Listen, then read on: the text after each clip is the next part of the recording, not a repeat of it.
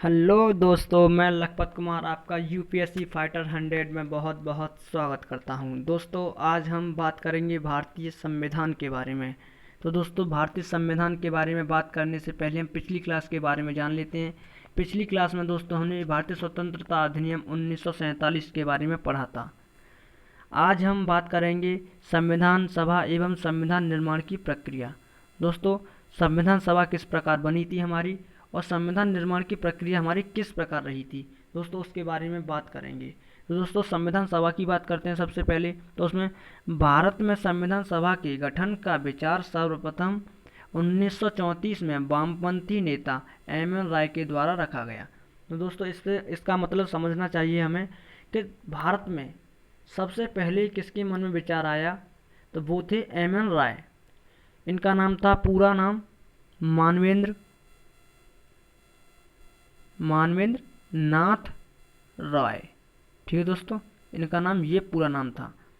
इनके मन में सबसे पहले 1934 में यह विचार आया कि अब भारत के लिए एक संविधान सभा होनी चाहिए। ठीक है दोस्तों, इनके मन में ये विचार आ गया। अब आगे क्या होता है, तो आगे होता है अब भारतीयों की ओर से संविधान सभा की सर्वप्रथम मांग मई 1934 में रांची में स्वराज पार्टी ने की। दोस्तों, जब तो उनके मन में एक विचार आया था केवल, अब बहुत सारे लोगों के मन में विचार आने लगा। अब बहुत सारे लोगों के मन में विचार आने लगा, तो अब कैसे हो, अब उन लोगों ने स्वराज पार्टी के जरिए मई 1934 में रांची में अब संविधान सभा की मांग की है।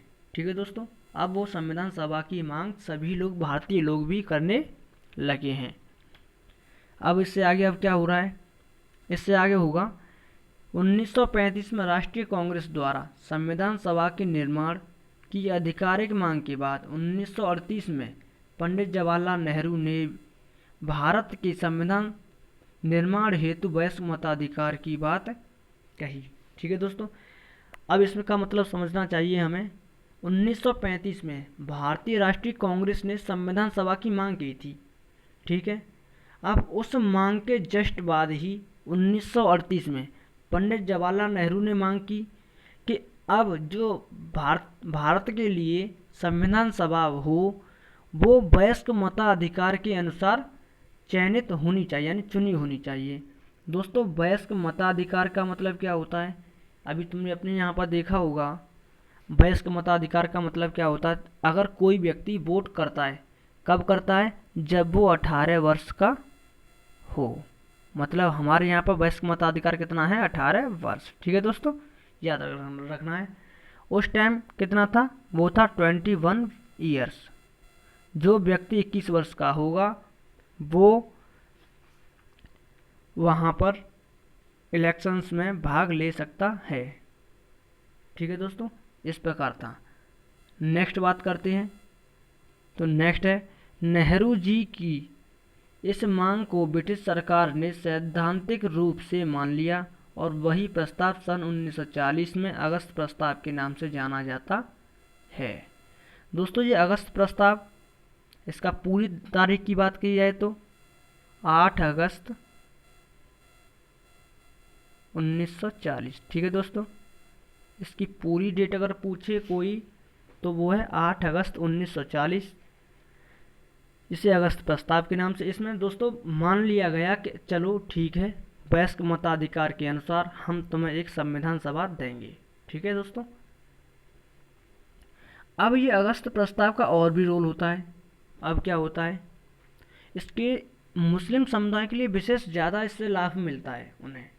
ये उनके लिए एक हथियार के रूप में काम करता है। इसमें एक महत्वपूर्ण दे रखा था, अगर कुछ कानूनों में या कुछ जो नियम थे उनमें कुछ परिवर्तन करना हो, तो जो पिछड़ा वर्ग है या जो अनुसूचित वर्ग है उसकी अनुमति लेना आवश्यक है। ठीक है दोस्तों, जो मुस्लिम समुदाय था उसकी बिना अनुमति के कोई भी यहाँ पर चेंज नहीं होगा, और कोई भी नया कानून हो या कुछ भी हो तो उनकी अनुमति लेना आवश्यक थी। ठीक है दोस्तों, इसी के कारण आगे जा कर के जो हमारा हिंदुस्तान यानी भारत से पाकिस्तान अलग होता है, वो भी इसी का एक कारण था। और इनके द्वारा जो था क्रिप्स मिशंस का जो बहिष्कार करना, वो भी एक बहुत बड़ा कारण था। ये दोस्तों क्रिप्स जो अगस्त प्रस्ताव था, भारतीय इतिहास में एक बहुत बड़ा रोल रहता है इसका, और ये बहुत महत्वपूर्ण घटना थी। ठीक है दोस्तों, नेक्स्ट बात करते हैं। तो अब बात करते हैं क्रिप्स मिशन 1942। दोस्तों अब ये क्रिप्स मिशन एक अपनी जगह पर बहुत महत्वपूर्ण घटना रही है, क्योंकि इसी की जस्ट बाद ही भारत छोड़ो आंदोलन लगता है, जिससे अंग्रेज़ों की नींव हिल जाती है। उन्हें लगता है कि अब तो भारत छोड़ के जाना होगा। ठीक है दोस्तों, अब बात करेंगे क्रिप्स मिशन 1942। दोस्तों क्रिप्स मिशन 1942, अब 1942 तो दे रखा है इसमें। अब ये कब आया था, तो इसकी पूरी डेट है दोस्तों 23 मार्च 1942। 23 मार्च 1942 को यह भारत में आया। ठीक है दोस्तों, अब इसके अध्यक्ष कौन थे, तो इसके अध्यक्ष थे स्टेफन क्रिप्स। और कभी कभी दोस्तों इनकी ये पूछ लिया जाता है ये किस पार्टी से बिलोंग करते थे, यानी ये किस पार्टी के सदस्य थे, तो वो इनकी पार्टी का नाम था लेबरर पार्टी। ठीक है दोस्तों, याद रखना है केवल अगर किसी में पूछा जाए तो। ठीक है, अब कभी कभी पूछा जाता है कि जब क्रिप्स मिशन भारत में आया था, जब भारत के वायसराय कौन थे, तो वो वायसराय कौन थे, वो लेन लिथिन गो। दोस्तों लेन लिथिन गो के कार्यकाल में क्रिप्स मिशन भारत में आया। ठीक है दोस्तों, और अब इसकी महत्वपूर्ण बात करते हैं कि इसके आने का कारण क्या था, ये भारत में क्यों आया, मतलब ये आया है तो कोई कारण तो होगा। तो इसका महत्वपूर्ण कारण था कि उस समय द्वितीय विश्व युद्ध चल रहा था। द्वितीय विश्व युद्ध के कारण जापान के आतंकवाद से घबराकर भारत का सहयोग प्राप्त करना चाहता था। दोस्तों ऐसा था, जो जापान जो था भारत को अपनी तरफ मिलाना चाहता था, यानी भारत को लेना चाहता था। अब जो ब्रिटेन था, अब वो घबरा गया और द्वितीय विश्व युद्ध अपने चरम पे चल रहा था। उसका समाप्त होने की कल्पना करना भी असंभव था। इसीलिए अब जो ब्रिटेन घबरा कर, यानी अब वो डर गया, अब वो भारत से सहयोग लेना चाहता था कि भारत के लोग मुझे अगर सपोर्ट करें, जिससे कि हम इस युद्ध में जीत जाएं। ठीक है दोस्तों, लेकिन ये आने का इसका एक तो कारण ये हो गया। दूसरा था भारत को पूर्ण राज्य का दर्जा देना। दोस्तों जो अमेरिका जो थे, मित्र जो राष्ट्र थे, वो इसके ऊपर दबाव बना रहे थे कि तुम भारत को स्वतंत्र कर दो, अब तुम्हारे बस में नहीं है कि तुम भारत पे राज करो। ठीक है दोस्तों, अब इसके ये दो कारण हो गए। अब ये पहले दोस्तों ये असफल रहा था, ये सफल नहीं रहा था। असफल क्यों रहा था, अब इसके असफलता के भी कारण रहे होंगे। असफल रहा है, इसे भगा दिया गया था, इसे मना कर दिया गया था। असफलता के कारण थे, पहले भी भारतीयों को स्वतंत्र नहीं किया गया। दोस्तों अब ये क्या है, पहले भारतीयों को स्वतंत्र नहीं किया गया, ये क्या चक्कर है दोस्तों। तो इस चक्कर को दोस्तों अब जानेंगे। जो प्रथम विश्व युद्ध हुआ था ना दोस्तों, तो उसमें भारत के लोगों ने बढ़ चढ़ कर के हिस्सा लिया था ब्रिटेन की तरफ से। अब ब्रिटेन ने इन्हें एक झूठा आश्वासन दिया कि तुम हमारा साथ दोगे तो हम तुम्हें स्वतंत्र कर देंगे और तुम्हारे लिए एक संविधान बनाएंगे और हम तुम्हें एक स्वतंत्र राज्य घोषित कर देंगे। लेकिन इन्होंने ऐसा नहीं किया। इसी कारण अब भारत के लोगों को तो वैसे भी एक बार वो झूठ बोल के कर गए तो दोबारा से तो विश्वास कोई नहीं करेगा। इसीलिए अब उन्होंने कह दिया कि हम तुम्हारा साथ नहीं देंगे। अब दूसरा इसकी असफलता का कारण क्या था, वो था मुस्लिमों द्वारा इस प्रस्ताव को ठुकरा देना। दोस्तों मैंने कहा था अगस्त प्रस्ताव जो बहुत महत्वपूर्ण था, उसी के द्वारा अगर देखा जाए तो अगस्त प्रस्ताव के बल पर ही इन्होंने, जो मुस्लिम लीग ने जो था, इसे ठुकरा दिया था। कहने लगे कि इसमें हमारे लिए क्या है, ये तो सब इसी के लिए बना रहे हैं, ये उन्हीं के लिए हो रहा है, हमारे लिए इसमें कुछ नहीं है, इसे हम ठुकरा दे रहे हैं, हम नहीं मान रहे इसे, बेकार इसे भगाओ। तीसरा इसका कारण क्या था, गांधी जी द्वारा विरोध। दोस्तों गांधी द्वारा विरोध इसलिए किया गया था क्योंकि इन्होंने पहले भी भारतीयों के लिए जो झूठा आश्वासन दिया था कि प्रथम विश्व युद्ध में जो इन्होंने कहा था कि तुम हमारा साथ दोगे तो हम तुम्हें स्वतंत्र कर देंगे, लेकिन इन्होंने ऐसा नहीं किया। इसीलिए गांधी जी ने इसका विरोध किया कि हम अब इन्हें अपना सहयोग नहीं देंगे। ठीक है दोस्तों, गांधी जी ने इन्हें जो इसे क्रिप्स मिशन को क्या कहा है, अब इसे कहा था आगामी तारीख का चेक, या इसे कह सकते हैं पोस्ट डेटेड चेक, या कह सकते हैं दिवालिया बैंक। ये तीनों शब्द इसी के लिए कहे थे। यानी ये एक ऐसा चेक है जिसकी तारीख निकल चुकी है, यानी ये एक एक्सपायर डेट वाला चेक है, ये काम नहीं करेगा। ठीक है दोस्तों, अब एक और महत्वपूर्ण बात करते हैं। कभी कभी पूछा जाता है दोस्तों, याद रखने की चीज़ है, जब क्रिप्स मिशन 1942 भारत में आया था तो उस समय ब्रिटेन के प्रधानमंत्री का नाम क्या था। अब ब्रिटेन के प्रधानमंत्री का कौन नाम याद रखे, तो दोस्तों कोई बात नहीं, उनका नाम था विंसेंट चर्चिल। उनका नाम क्या था, विंसेंट चर्चिल। ठीक है दोस्तों, उनका नाम था चर्चिल। सबसे पहले ये क्रिप्स मिशन की तरफ से मतलब मना कर रहे थे कि रहने दो रहने दो मत, रहने दो, तुम भारत में मत जाओ। लेकिन फिर इन्हें लगा कि जो द्वितीय विश्व युद्ध अपने चरम पे था, इन्हें लगा कि अब ऐसा नहीं, अब सहयोग तो लेना होगा, तो इन्होंने इसे सलाह के रूप में भेजा था कि जाओ पूछ के आओ वो ऐसा करना चाहते हैं या नहीं करना चाहते। वो हम उनके लिए संविधान सभा भी बनाएंगे, लेकिन उन्हें पूछ के आओ वो हमारा साथ देंगे या ना देंगे। ठीक है दोस्तों, ये पूछने के लिए वो यहाँ पर आया। कोई बात नहीं, असफल होकर के चला गया। अब नेक्स्ट बात करते हैं हम अपनी। नेक्स्ट जो आता है वो आता है कैबिनेट मिशन 1946।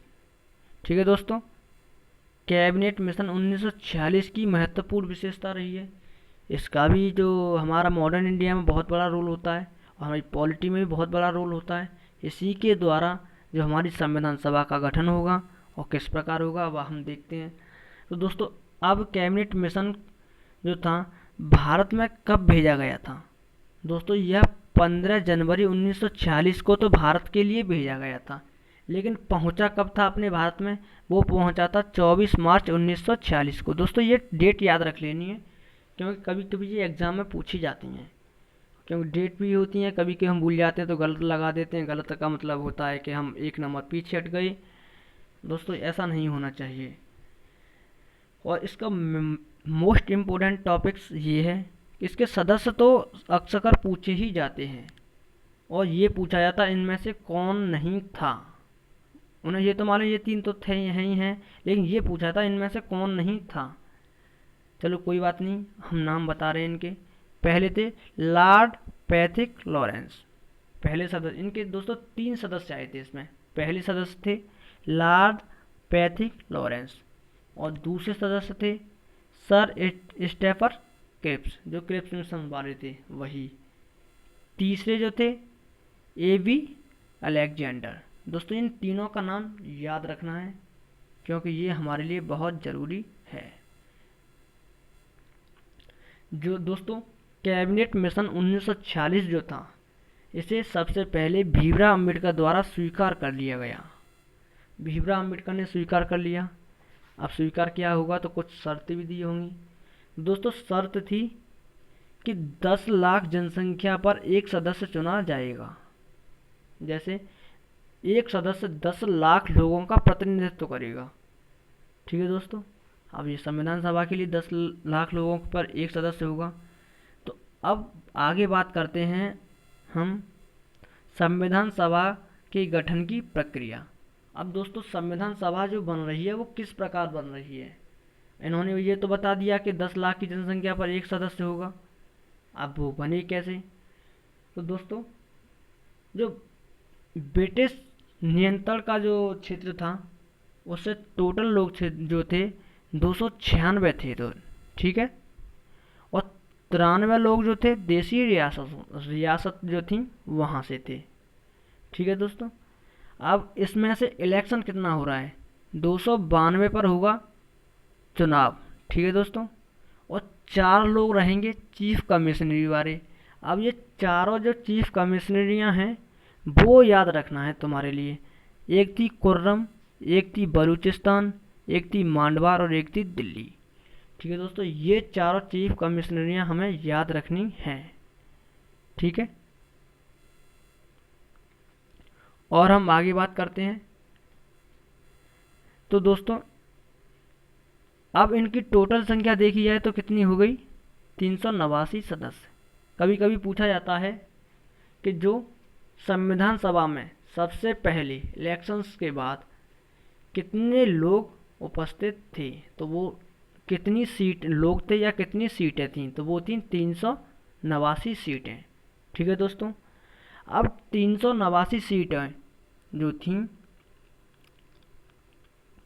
उसमें से सबसे पहले जो अगर कभी कभी पूछा जाता है कांग्रेस को कितनी सीटें मिली थी, जो इलेक्शन जो हो रहा है इसमें जो 292 जो लोगों का जो इलेक्शन है इसमें कितनी कितनी सीटें मिली थी, तो दोस्तों 208 तो मिली थी कांग्रेस को, ठीक है।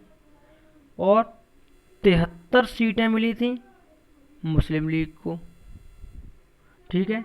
और 15 सीटें जो मिली थी वो अन्य थे, यानी निर्दलीय लोग जो थे होते हैं वो 15 सीट मिली थी। इस प्रकार इलेक्शंस के बाद 296 सीट हुई थी। और 93 जो थे लोग वो थे देसी रियासतों वाले। पहले रियासतें होती थी, वैसे देखा जाए तो हैदराबाद रियासत, जूनागढ़ रियासत, ये ऐसे रियासतें थीं जगह जगह। ऐसा रियासतें जो थी राजा महाराजा टाइप के लोग होते थे, वो रियासतें होती थी, उनके एक सदस्य आता था, ठीक है दोस्तों। अब ये 300 जो हमारे 389 टोटल सदस्य हो गई। अब इसके बाद विभाजन होता है, पाकिस्तान अलग हो जाता है। पाकिस्तान अलग होने के बाद कितने सदस्य बचते हैं दोस्तों, 299, ठीक है दोस्तों। हम देख सकते हैं तो पाकिस्तान के लिए कितने लोग निकल गए हमारे यहाँ से, 90, ठीक है दोस्तों। कितने लोग निकल के गए हैं अब, 90। पाकिस्तान के लिए 90 निकल गई। अब भारत के विभाजन मतलब भारत में अब कितने लोग बचे, केवल 299।